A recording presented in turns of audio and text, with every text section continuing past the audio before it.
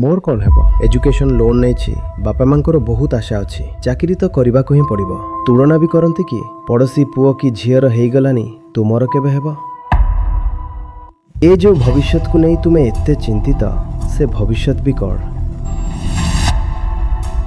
शांति मिलुनी केउठी भी पिलादिने मो सह एमिति हेतिला काली किए मते खराब कहीदेला मो मुंडर सही कथा जाउनी आ एटा बहुत जन को फसैछि पॉप स्पिरिचुअलिटी रे एटा खूब चले कि लिव इन द प्रेजेंट आ लोके भाबंती लिव इन द प्रेजेंट माने जहा सामना रे अछि सेथिरे बंच जहा सामना रे अछि सेथिरे बंचिबा को लिव इन द प्रेजेंट कहंती कारण जाओ आजाद हेई हस खेल काहे कि व्यस्त होछ आ जदि आपन को बुझा पडुनी तेबे आपन एकुटिया नहंती आपन भी बहुमत रे अछंती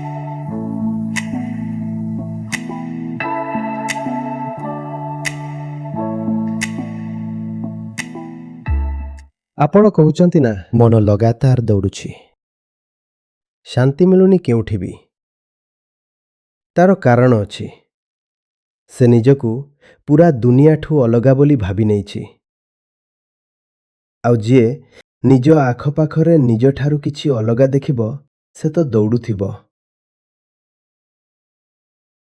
आउ आमको बहुत चिंता थाए आम अतीत को नहीं अरे मो सह आगरू एमिति हेतिला मो मुंडरू सेही कथा एबे भी बाहरुनी पिलादिने मो सह एमिति हेतिला काली किए मते खराब कहीदेला मो मुंडरू सेही कथा बाहरुनी दर्शन आमको बुझाउछि कि जहा तुम मुंडरू बाहरुनी सेटा शून्य माने मुंडरे किछि अछि ही नाही तेरु जाओ आजाद अछ हस खेल काहेकि व्यस्त हेउछ आउ जहा मुंडरे अतीत सबार न थाए सेमानंक मुंडरे भविष्यत सबार थाए मोर कोन हेबो एजुकेशन लोन नैछि बापा मांकर बहुत आशा अच्छी चाकरी तो करने को ही पड़ो घरे समस्ते मोठू किछि आशा रखिचंती आउ तुलना भी करती कि पड़ोसी पुओ कि झीर हो गला तुमर केबे हेब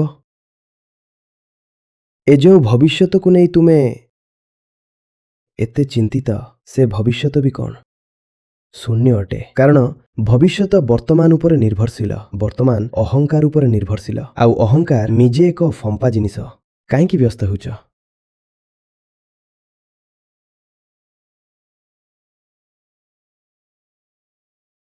दर्शन एमिति ही हुएनी जे बुझंती तांको जीवन बदली जाए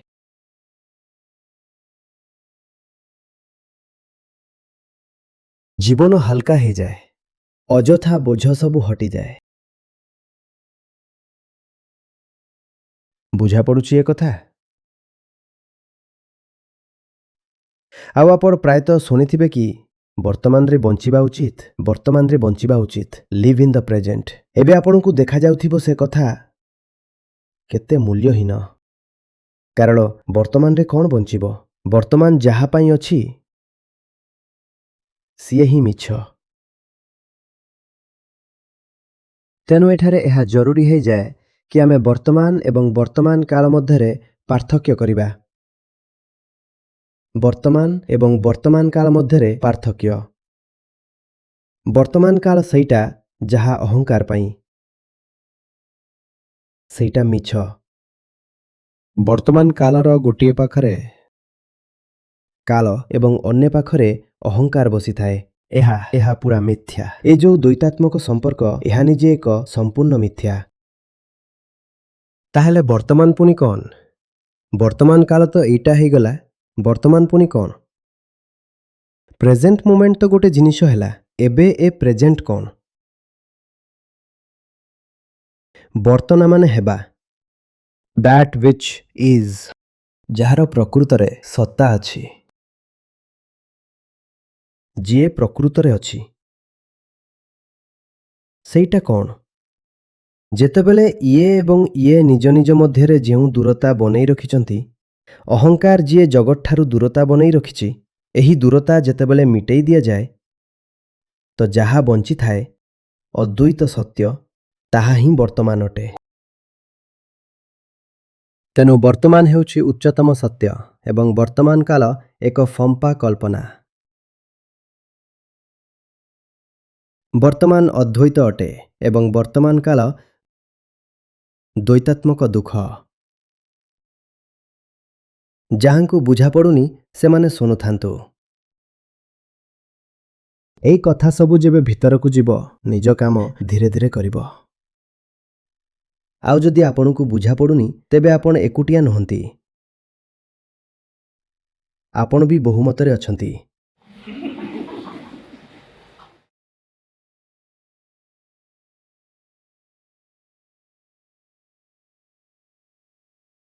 ଯେଉଁମାନେ 6 ମାସ କି ବର୍ଷ ବର୍ଷ ହେଲା ଶୁଣୁଛନ୍ତି କିଛି ଜରୁରୀ ନୁହେଁ କି ସେମାନଙ୍କ ମୁଣ୍ଡରେ ବି ଏବେ ସବୁ ପଶୁଥିବ, ଠିକ୍ ଅଛି?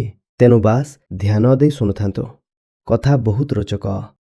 ବେଶୀ ଜୋର ଦିଅନ୍ତୁ ନାହିଁ କି ବୁଝିବାର ଅଛି।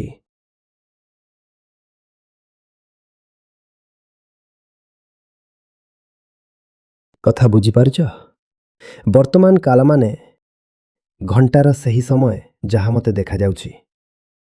ମୁଁ କହିବି ଏବେ 8ଟା ବାଜି 8 ମିନିଟ୍ 13 ସେକେଣ୍ଡ ହେଇଛି। ଏଇଟା ବର୍ତ୍ତମାନ କାଳ ଅଟେ। ଏହା ବର୍ତ୍ତମାନ ନୁହେଁ, ଏହା ବର୍ତ୍ତମାନ ନୁହେଁ। ମୋତେ ସେଠି ଯାହା ଦେଖାଯାଉଛି ସେ ଯେଉଁ ସାମ୍ନାରେ ଘଣ୍ଟା ଅଛି ଆଉ ସେଥିରେ ଯେମିତି ଲଗାତାର ଟିକ୍ ଟିକ୍ ଟିକ୍ ଚାଲିଛି, ସମୟ ବଦଳି ଚାଲିଛି। ଏଥିରେ କି ସତ୍ୟତା ଥାଇପାରେ? ସତ କ'ଣ ବଦଳିବା ଭଳି କିଛି ଜିନିଷ କି? ଆଉ ଏଥିରେ ଦେଖନ୍ତୁ କିଛି ବି ସ୍ଥିର ନାହିଁ, ସବୁ କିଛି ଲଗାତାର ବଦଳି ଚାଲିଛି। ପଛକୁ ଦେଖନ୍ତୁ। ତେଣୁ ଏହା ସତ ତ ହେଇପାରିବନି। ମୋତେ ଯାହା ଦେଖାଯାଉଛି ତାହା ସତ ହୋଇପାରିବନି। ସତ୍ୟର ପରିଚୟ ତ ଏହା କି ତାହା ଅପରିବର୍ତ୍ତନୀୟ ଅଟେ, ନିତ୍ୟ ଅଟେ। ସେଥିରେ କୌଣସି ପରିବର୍ତ୍ତନ ସମ୍ଭବ ନୁହେଁ। ଯେଉଁ ଜିନିଷ ବଦଳିଯାଏ ସେଇଟା ସତ କେମିତି? ଆଉ ବର୍ତ୍ତମାନ କାଳ ତ ଲଗାତାର ବଦଳି ଚାଲିଛି ନା। ଆପଣଙ୍କୁ ଯଦି କେହି ପଚାରେ ସମୟ କୁହ, ଆଚ୍ଛା ସମୟ କୁହ, 8ଟା ବାଜି 9 ମିନିଟ୍ 4 ସେକେଣ୍ଡ। ଆଉ କିଛି ସମୟ ପରେ ପୁଣି ପଚାରିବି ସମୟ କୁହ, ତ କହିବ 8ଟା ବାଜି 9 ମିନିଟ୍ 11 ସେକେଣ୍ଡ। ଆପଣଙ୍କ ଉତ୍ତର ତ ବଦଳିଗଲା। ହେଲେ ପ୍ରଶ୍ନ ତ ଗୋଟିଏ ହିଁ ଥିଲା। ପ୍ରଶ୍ନ କ'ଣ ଥିଲା? ସମୟ କୁହ। ମୁଁ ପଚାରିଲି ସମୟ କୁହ, ଆପଣ କହିଲେ 4 ସେକେଣ୍ଡ। ମୁଁ ପଚାରିଲି ସମୟ କୁହ, ଆପଣ କହିଲେ 11 ସେକେଣ୍ଡ। ପ୍ରଶ୍ନ ଗୋଟିଏ ହେଲେ ଉତ୍ତର ବଦଳୁଛି। ଏହାର ଅର୍ଥ ଆପଣ ଯେଉଁ ଉତ୍ତର ଦେଉଛନ୍ତି ସେଇଟା ମିଛ। ତେଣୁ କାଳ ମିଛ ଅଟେ, କାରଣ ତାହା ଲଗାତାର ବଦଳୁଛି। ତେଣୁ ବର୍ତ୍ତମାନ କାଳ ଯାହାକୁ ଆପଣ କହୁଛନ୍ତି ପ୍ରେଜେଣ୍ଟ ମୋମେଣ୍ଟ, ସେଇଟା ବି କେବଳ ଗୋଟିଏ ମିଛ। ଯେଉଁମାନେ ଭାବୁଛନ୍ତି କି ଆମକୁ ବର୍ତ୍ତମାନ କାଳରେ ବଞ୍ଚିବାର ଅଛି, living in the present moment, ସେମାନେ କେବଳ ଏଇଆ କହୁଛନ୍ତି କି ଆମ ସାମ୍ନାରେ ଯେଉଁ ମିଛ ଅଛି ଆମକୁ ସେଥିରେ ବଞ୍ଚିବାର ଅଛି। ଆମ ସାମ୍ନାରେ ଯେଉଁ ମିଛ ଅଛି ଆମକୁ ସେଥିରେ ବଞ୍ଚିବାର ଅଛି। ଆଉ ଏଇଟା ଅନେକଙ୍କୁ ଫସେଇଛି। ପପ୍ ସ୍ପିରିଚୁଆଲିଟିରେ ଏଇଟା ବହୁତ ଚାଲେ କି live in the present, live in the present. ଆଉ ଲୋକମାନେ ଭାବନ୍ତି ଲିଭ୍ ଇନ୍ ଦ ପ୍ରେଜେଣ୍ଟ ମାନେ ଯାହା ସାମ୍ନାରେ ଅଛି ସେଥିରେ ବଞ୍ଚ। ସାମ୍ନାରେ ଯାହା ଅଛି ସେଥିରେ ବଞ୍ଚିବାକୁ ଲିଭିଂ ଇନ୍ ଦ ପ୍ରେଜେଣ୍ଟ କୁହନ୍ତିନି। ବର୍ତ୍ତମାନ କେବେ ସାମ୍ନାରେ ନଥାଏ, ସତ୍ୟ କେବେ ବି ଆଖି ସାମ୍ନାରେ ନଥାଏ ଯେ କହିଦେବ କି ସତ୍ୟ ସେଇଠି ଅଛି।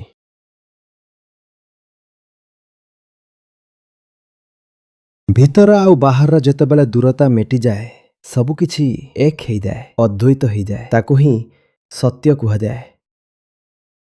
ସେଇଟା ହେଉଛି ବର୍ତ୍ତମାନ, ସେଇଟା ହେଉଛି ବର୍ତ୍ତତା, ସେଇଟା ପ୍ରକୃତରେ ଅଛି। ଆଉ ଏଇଟା ଖାଲି ଲାଗୁଛି ଯେ ଅଛି, ହେଲେ ନାହିଁ। ଏବେ ଲାଗୁଛି ଯେ 44 ସେକେଣ୍ଡ, କିଛି ସମୟ ପରେ 50 ସେକେଣ୍ଡ। ଏଇଟା ତ ଖାଲି ଲାଗୁଥିଲା ଯେ ଅଛି। ବର୍ତ୍ତମାନ ତ କିଛି ଏମିତି ହେବା ଦରକାର ନା ଯାହା କେବେ ବଦଳିବନି। ଯାହା ସତ ସେଇଟା ତ ବଦଳିବନି। ଆଉ ବର୍ତ୍ତମାନ କାଳ ତ ଲଗାତାର ବଦଳି ଚାଲିଛି, ତେଣୁ ସେଇଟା ସତ ହେଇପାରିବନି। ବର୍ତ୍ତମାନ ମାନେ ସତ୍ୟ। ତେଣୁ ଆପଣଙ୍କୁ ବି ଯେତେବେଳେ ଲାଗୁଛି କି ଆମେ ବର୍ତ୍ତମାନରେ ବଞ୍ଚିବାକୁ ଚାହୁଁଛୁ, ତେବେ ଏମିତି କୁହନ୍ତୁ କି ଆମେ ସତ୍ୟରେ ବଞ୍ଚିବାକୁ ଚାହୁଁଛୁ, ମିଛରେ ବଞ୍ଚିବୁନି, ମିଛରେ ବଞ୍ଚିବୁନି। ସେଇଟା ହେଉଛି ଲିଭିଂ ଇନ୍ ଦ ପ୍ରେଜେଣ୍ଟର ପ୍ରକୃତ ଅର୍ଥ। ମିଛରେ ବଞ୍ଚିବୁନି, କପଟରେ ବଞ୍ଚିବୁନି। ଦୁନିଆ 100 ପ୍ରକାରର ଠକାମି ଦେଖାଏ, ଆଉ ଆମ ଭିତରେ ବି କେହି ଅଛି ଯିଏ ଧୋକା ଖାଇବାକୁ ପୁରା ପ୍ରସ୍ତୁତ ହେଇ ବସିଛି। ଆମେ ଏଇ ଖେଳ ଖେଳିବୁନି। ଏଇଟା ହେଲା living in the present. Living in the present ଆଉ ଲିଭିଂ ଇନ୍ ଦ ଟ୍ରୁଥ ବିଲକୁଲ ଏକା କଥା। କିନ୍ତୁ living in the present moment ସେଇଟା ପୁରାପୁରି ହାଲକା ଓ ମୂଲ୍ୟହୀନ କଥା, ନିଜକୁ ଧୋକା ଦେଲା ଭଳି କଥା।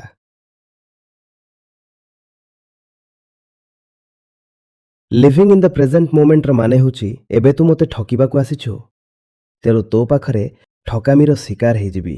ଆଉ କିଛି ସମୟ ପରେ ମୋତେ ଠକିବାକୁ ଆଉ ଜଣେ ଆସିଯିବ। ମୁଁ କହିବି ଏବେ ତୁ ଆସିକି ଠକିଦେ। ଏବେ ମୋ ସାମ୍ନାକୁ ସେହି ଦୋକାନୀ ଆସିଛି, ଆଉ ସିଏ ମୋ ଭିତରେ କାମନା ଜଗାଉଛି ଆଉ କହୁଛି ଡୁ ଇଟ୍ ନାଓ। ମୁଁ କହୁଛି ଠିକ୍ ଅଛି, ଡୁ ଇଟ୍ ନାଓ। ଆଉ ସିଏ ମୋତେ ଲୁଟି ନେଲା।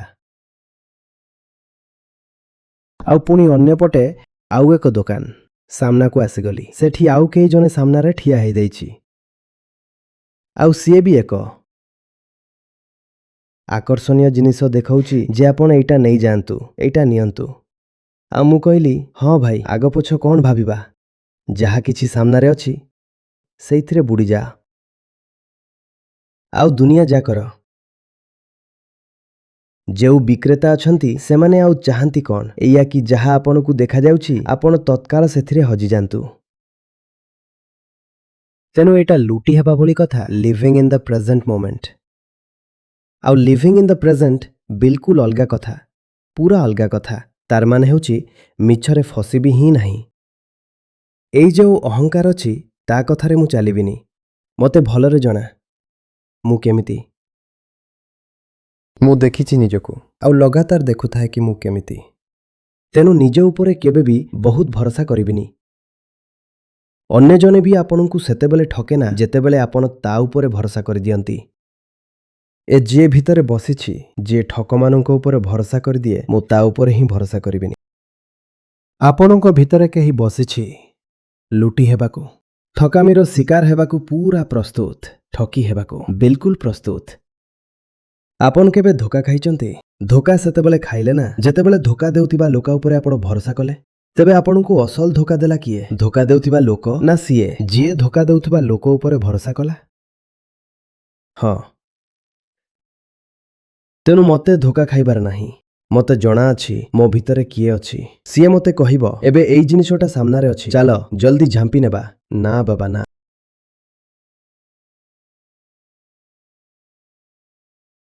ମୋତେ ମିଛରେ ବଞ୍ଚିବାର ନାହିଁ। ଆଉ ମୋତେ ଜଣା ଯେ ତୋତେ ମିଛ ବହୁତ ପସନ୍ଦ।